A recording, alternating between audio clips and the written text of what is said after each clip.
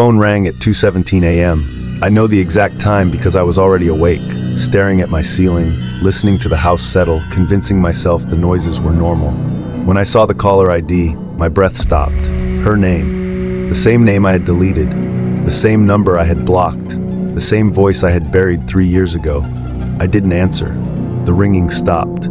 Then my phone vibrated with a voicemail notification. The message was only 6 seconds long.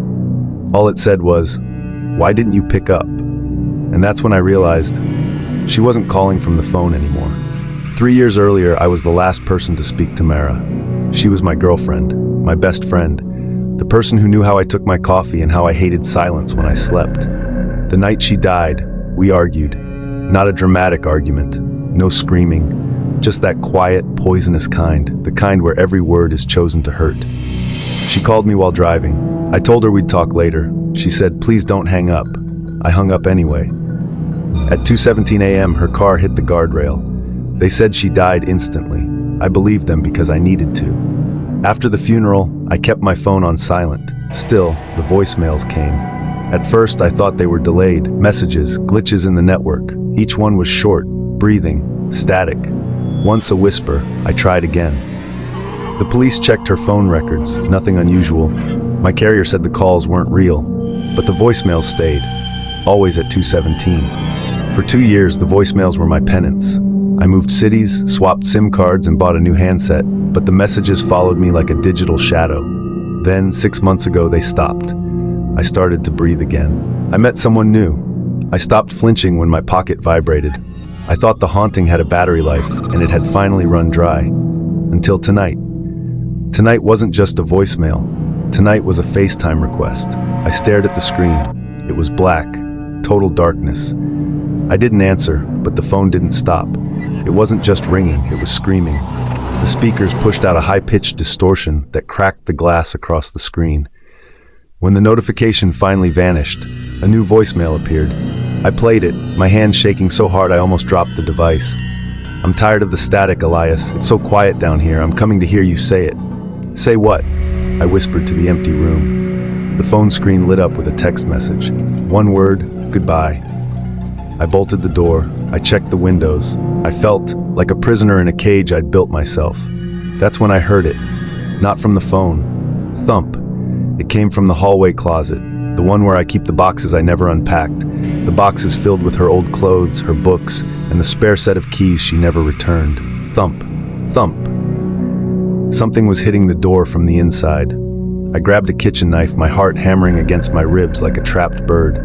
I approached the closet. The air around the door was freezing, the kind of cold that smells like wet earth and old iron. "Mara?" I called out. My voice broke. The thumping stopped. Slowly, the closet door creaked open. Just an inch. I expected a monster. I expected a corpse. But there was nothing but her old blue coat hanging on a wire hanger. Then my phone buzzed in my back pocket. Text message. "Mara, look in the pocket." My blood turned to ice. I reached into the pocket of the blue coat. My fingers brushed against something cold, hard, and plastic. I pulled it out. It was her phone. The one the police said was crushed in the wreck. The one they told me was recycled for scrap 3 years ago. The screen was shattered, caked in dried mud and bits of safety glass, and it was fully charged. The phone in my hand began to vibrate. On the screen, the caller ID showed my own name. I was calling her, but I wasn't touching my phone. I reached into my back pocket to grab my own device, but my pocket was empty. I looked down. My phone was gone. I looked at the shattered screen in my hand. The call was coming from inside the house. I heard the ringtone, my own custom ringtone for her, drifting from the bathroom. I walked toward the sound, my legs feeling like lead. I pushed the bathroom door open. The room was filled with steam, though I hadn't turned on the water. There, sitting on the edge of the sink, was my phone. Beside it, written in the condensation on the mirror, were the words, "You hung up." I picked up my phone to end the call, but the accept button slid across the screen on its own. I put the phone to my ear. "I've been on hold for 3 years, Elias. Don't you dare hang up again." The lights flickered and died. In the sudden darkness, the only light came from the two phones, one in my hand, one on the sink.